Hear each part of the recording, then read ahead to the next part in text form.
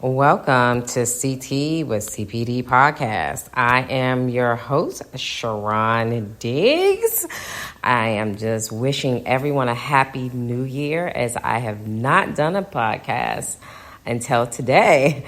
So I am kicking off our first educational therapy session of 2023 on this last day of January.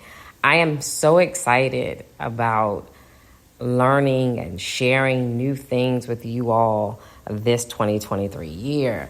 And today's session is going to be titled, Too Blessed to Be Stressed.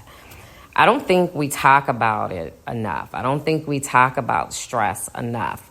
I want us to have a goal this year in 2023 to let us all evolve this year to make a conscious effort to check in on our own emotional and mental well-being, as well as the emotional and mental well-being of others. Stress impacts each and every one of us differently. Our minds and our bodies respond differently depending on what stressors are impacting our lives. Sometimes we don't even realize that we are stressed, but our bodies are outwardly crying, I am stressed. We couldn't do a CT with CPD podcast without sharing some Did You Know facts. Did you know about 76% adults have experienced health impacts due to stress, including headaches, fatigues, feeling nervous, feeling anxious, or feeling depressed and sad. Stress can lead into many physical and mental health problems, including anxiety, depression, digestive issues. And it's so interesting. I recently had an appointment and I was talking to a young lady, and we were talking about how it takes months to get in to see a GI doctor because so many people are having digestive issues. And so it makes me wonder, are they truly digestive issues or is it stress? So it's just a question, but I just thought that was an interesting, as I'm reading through this and it says digestive issues, I'm thinking about how many people are currently now going to see GI doctors because of digestive issues and how long it's actually taking to get an appointment to see a GI specialist. They also say that stress can lead to headaches, muscle tension, which was a huge one for me, and I recently experienced that with muscle tension, pain, heart disease, heart attack, high blood pressure, stroke, sleep problems, weight gain, and memory and concentration impairment. So a lot of the times where we're thinking, oh my God, I'm having just, muscle spasms. They could be muscle spasms, but the underlying cause could be stress. So when you think about some of the things that you are experiencing as yourself, and it is scientifically known fact, when we're under stress or anxious, our blood pressure goes up as well as our glucose, which is our sugar, goes up. So many people don't even realize the impact that stress has on their physical and mental health and how it impacts the quality of life. There was a study done in 2021 that stated that physical and mental stressors is a leading cause of death. And they say and they quote that stress is a silent killer. So I'm saying this again to say that we have to be very conscientious of what is stressing us. And even though we are taking on so many different things in our lives, we have families, we have church, we have activities, we're doing so many different things. We have to take the moment, and I'm a big proponent of self-care is the best care, but we really have to take inventory of our own mental and emotional well-being. It's so important. So let's be real. Life is stressful at times. And just as, the big things that can cause stress in our in our everyday lives and hassles and pressures that can cause stress too, when we're stressed, our bodies respond because we're giving this extra energy and focus and strength on something that is happening. And typically they call that the flight or flight response. And no matter how big or small something is, when we're under pressure, it can, impact our lives in a way. And so we want to be mindful of the fact of what can we do to avoid stresses, or what can we do to be more mindful, because sometimes we're feeling irritable, we're feeling frustrated, and we have to, like I'm saying, we have to check in. Is this stress? We have these emotions. They're legitimate emotions. They're legitimate feelings, but we really have to ask ourselves, am I working myself up to stress? Because life-changing experiences and busy lifestyles, as I talk about, can cause us to feel stress. And so one of the things that I really want to focus on, and I do it probably consciously because I walk a lot, I do meditate, I do things, but I think for me this year, just starting this year was a thing that I didn't realize that some of the things that I was experiencing, I thought it was just, I have this, muscle spasm, but in actuality, it was stress that was causing it. And so in essence, we have to listen to our bodies. In our minds, we're saying, okay, I can deal with this, I can deal with this, I can deal with this, because we're physically trying to push through. But sometimes we have to take that moment to really just listen to our bodies and figure out, when we realize what's going on, how do we mitigate it? What do we do to, find ways to kind of manage the everyday life? And some of the things that we can do is we have to balance work and play. You have to have a balance. You can't work too much and not have fun. So we have to have some things where we have to balance. We want to try to consciously try to plan our days and stick to the plan. It don't always happen, but try to, so that we don't feel overwhelmed. We want to ask for help when we need it.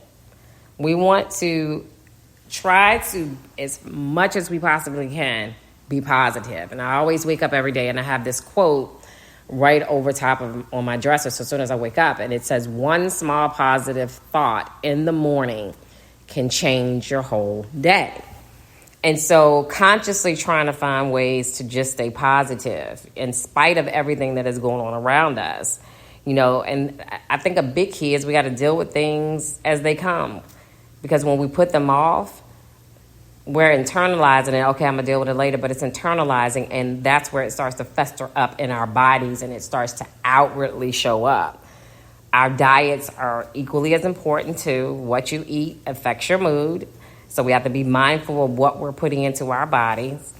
Getting enough rest is equally as important too. We have to get enough sleep, especially the older we get, we need more rest.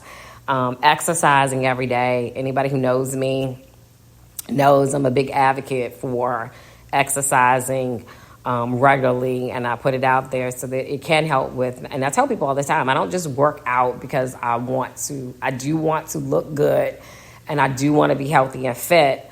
But a lot of me working out is really me maintaining my mental and emotional well-being, honestly. And it helps. And I notice when I don't do it, I notice the impact. And it was interesting because I started experiencing some things right around January the 8th, and I kind of fell off my workout regimen. I wasn't working out every day like I normally do. I was working out here and there and sporadically since my birthday, which was in November. And I noticed the impact that it had on my body. So, honey, guess who's back out every day, walking regularly every day. Also, too, just learning how to breathe. And they have some techniques that's called belly breathing and mindful breathing. You can look into that and just really sometimes, and I tell people just to take that deep breath. It makes a world of difference, especially if anybody out here who is meditating. Meditation and breathing is a huge part of actually helping to, keep your stress intact. I am a candle burner. I am a oil burner. I like to infuse oils. I get flowers. If anybody who knows me, I try to get fresh flowers every week. Research shows that fresh flowers actually reduce stress and changes the mood. So that's something you could do. asking sometimes just a hug. A hug can do so many different things, and it actually promotes the oxytocin in your body and lowers your blood pressure. So just something as simple as I need a hug is so beneficial, and I think we underestimate. You got people who they don't like huggers, but hugging actually is releases hormones that scientifically helps to boost our happiness and reduce stress. So, honey, go get you a hug today. Yoga. I'm actually signed up this week actually to start doing yoga practices.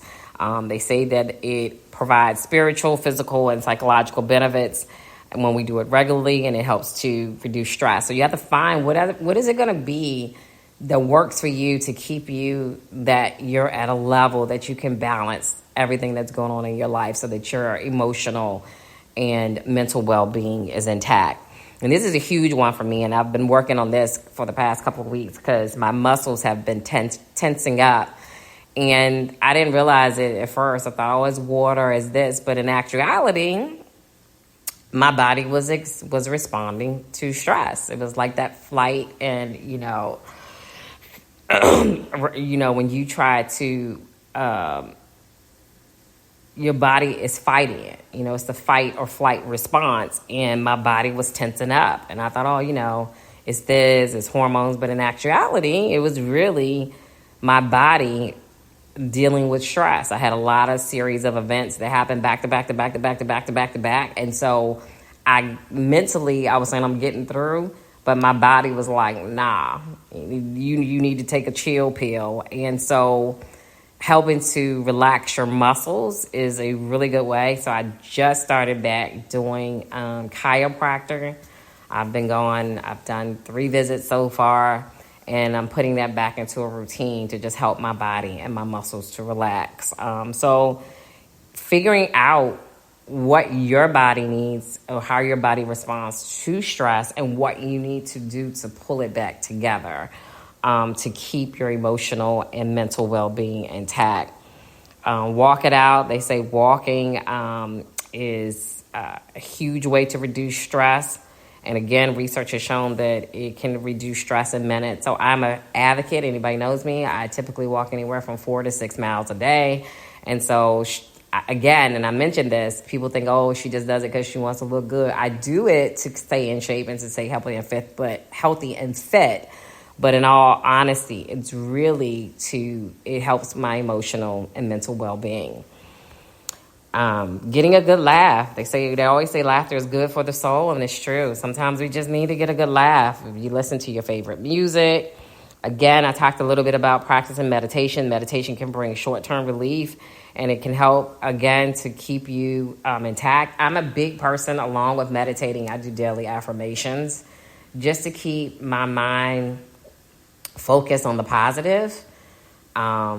It helps me. It's kind of like I do this training class that I do called Pivotal Discussions. And one of the things it says is to retrain your brain.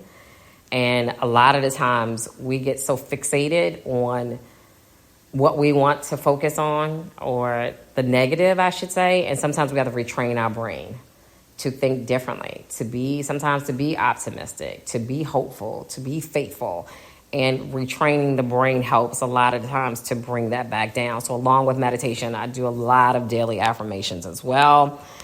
Sometimes just got to have fun. Stop everything you're doing and take a break. And literally, when I talked about balancing work and play, sometimes just going to do something fun and just take your mind off everything and just really enjoy yourself.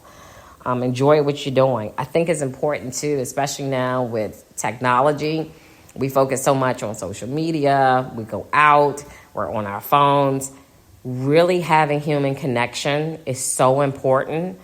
And so when you're finding yourself, pick the phone up and actually talk to somebody and talk about positive things or what you're feeling, and and being able to get it out, and just being around families and friends. Connect and put the phone down and actually have human connection is a huge piece. I'm also a big journaler, and I love to write everything out. So if you're an introvert, or you have a hard time outwardly expressing what you're feeling to somebody else, journaling is a huge, huge, huge, huge, huge way of getting those feelings and emotions out to balance out your stress. Treating yourself. I'm a big proponent on self-care. So I say self-care is the best care. So treat yourself to something you love. If it's your favorite wine, if it's your favorite restaurant, if it's going to get a massage, whatever that thing is that gives you joy, that's your self-care. Treat yourself. It helps amazingly to reduce stress. And really in all else, if you feel that a situation, be okay to seek therapeutic support. Sometimes we bash or we talk about therapy, but therapy can be really helpful because sometimes you're getting a non-biased view from somebody who doesn't know you, and you just need that sound advice or that sound person who could just be a listening board to you, and it's very helpful. So I do encourage also to therapy support when you are feeling stressed.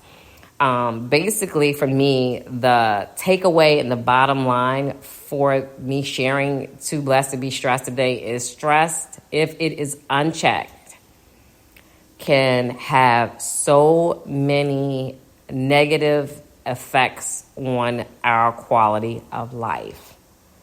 So understanding that is not just mental in your thoughts with stress, it's also to your body outwardly feeling the stress and things that are happening in your body. And you have to figure out what stress management techniques that you have available to you to empower you to be able to manage your stress. Let me just be real. Life is lifing. And we out here lifing, and it ain't stopping just because we going through some stuff. The struggle is real. I will be honest with you. The past 31 days was an awakening for me. It was a realization that I am too blessed to be stressed. And never do I ever want to downplay what we're feeling or our emotions because they are real. And our emotions and our feelings are valid. So when you hear the saying, too blessed to be stressed, just know that it simply means that it is our opportunity and our choice to shift our focus from what we're feeling or the feelings of stress to focusing on all that we have to be grateful for. The mind is a powerful, powerful thing. And so we have to literally sometimes make a conscious choice to pray and make a conscious effort on what we choose to focus on. Because if we don't manage stress, it will manage us. I will say this too, because a lot of times me being a woman in strength, and I can say this honestly, sometimes we feel like our vulnerability or it's a weakness, and it's okay. We have to forgive ourselves that, life is life out here, and be forgiving of yourself. Give yourself the same grace, or we got to give ourselves the same grace that we give others. Because sometimes it's okay not being okay at times. Life is lifing out here. We out here lifing while many of us are healing from something at the same daggone time. It's a lot. It's truly a lot. And I think it's important that we just be honest with ourselves about what's happening in our lives, what's causing these emotions, and figuring out the best ways to manage them. Because I ain't gonna lie to you, the struggle is real. But what I do know, so is God. For weapons may form in our lives, but they will not prosper. God is the same yesterday, today, and forever. I encourage us all every day to write one thing that we are grateful for. Having an attitude of gratitude. When we take the time to feel gratitude, we improve our emotional and mental well-being, which helps us cope with stress. Research has shown that daily practice of gratitude has positive effects on our bodies. Until our next educational therapy session, let us exercise the power of choice to focus on our vision and not our situations, to have an attitude of gratitude, and for us to be blessed, not stressed. Keep the faith. Know that greater is coming. Take care, much love, and have an amazing day on purpose.